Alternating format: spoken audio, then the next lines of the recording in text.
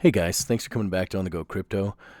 I'm going to highlight for you the connections, the crazy connections and backstory between Quant and the Bank of International Settlements and the Bank of England. I get a lot of comments about, the BIS Project Roslyn. That's not that big of a deal. That's not a huge deal. Um, it is, and I'll tell you why. Not just as a Quant holder and Quant believer, but I'll show you the facts here, guys. I've done the digging. I'll show you the facts, and I'll also show you how these 135 plus thousand Twitter followers that Quant has, that is eerily close to the 144,000 plus holders that Quant has here on Etherscan. And I know that some of those are wallets that are dupe wallets, or maybe a few dust wallets in the mix, something like that. But you got to admit that number's pretty close, which shows us why this price for Quant QNT at $90 is a sale.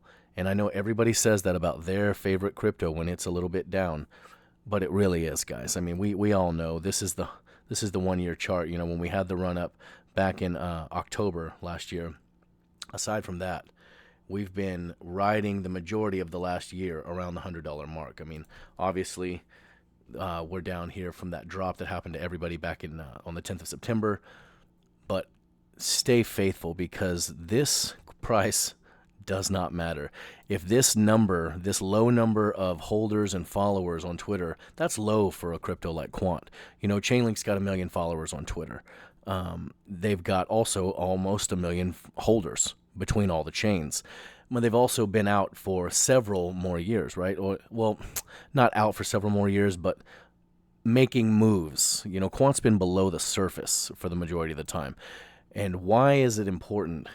Gilbert Verdian's resume here. He's been working for governments worldwide for years.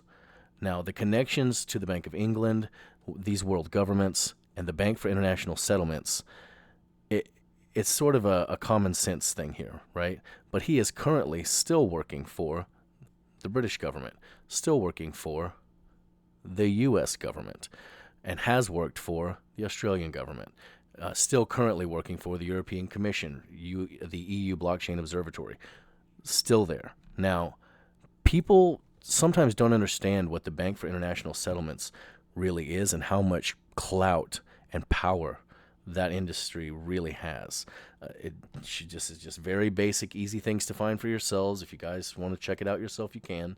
But if you just look into the Bank for International Settlements, their original role was to facilitate war reparations imposed on Germany by the Treaty of Versailles after World War I. Okay?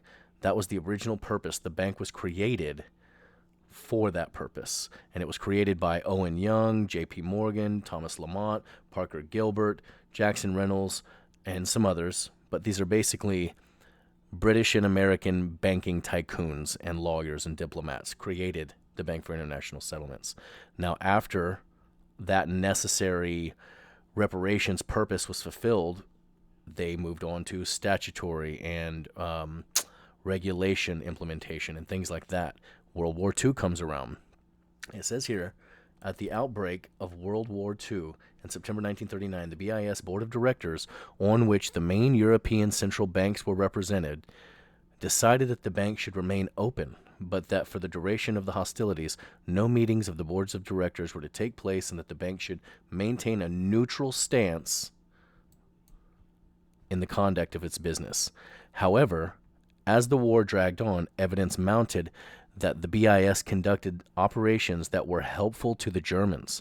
Also, throughout the war, the Allies accused the Nazis of looting and pleaded with the BIS not to accept gold from the Reichsbank, and in payment for pre-war obligations linked to the Young Plan. And what the Young Plan is the plan that was formulated by O&D Young for the systematic payment of reparations by Germany.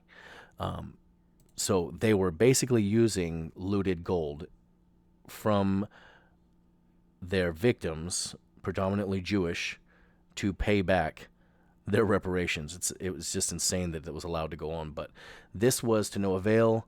as resmelted gold was either confiscated from prisoners or seized in victory and thus unacceptable as payment to the BIS. Operations conducted by the BIS were viewed with increasing suspicion from London and Washington.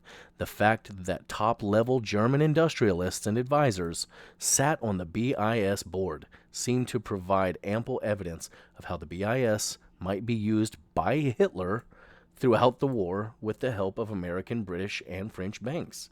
Between 1933 and 1945, the BIS board of directors included Walther Funk, a prominent Nazi official, and Emil Puhl, responsible for processing dental gold looted from concentration camp victims. Jesus Christ.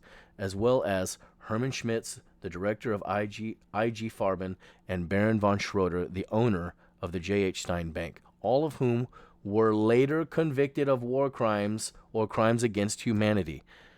That is the horrible, dark history of the BIS. And it still exists today, guys. And I know it's awful and it's horrible, but that just shows you the world controlling power that this institution wields. And this institution chose to partner with Quant and Gilbert Verdian, who has worked for and with several world governments on Project Rosalind. That's why Project Rosalind is actually important, guys. I'm not saying that it's all great, but it's horrible and people are going to make money off of the whole central bank digital currency system. The rich people are going to make money off of it. Why shouldn't we make money off of it too? I'm just saying, it's just people like to pass Project Rosalind off as no big deal. That's why it's a big deal, because that's what Project Rosalind's sponsor institution started as. And that's not a secret. It's on Wiki, for God's sakes. I just want you guys to know this price doesn't matter, because this is the calm before the storm, guys.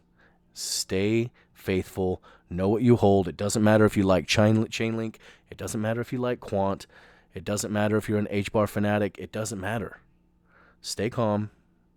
Make that money. I'll see you guys in the next video. I hope you enjoyed this. Just give me a like, subscribe if you feel like I earned it. I really appreciate all you guys' support. Take care, guys.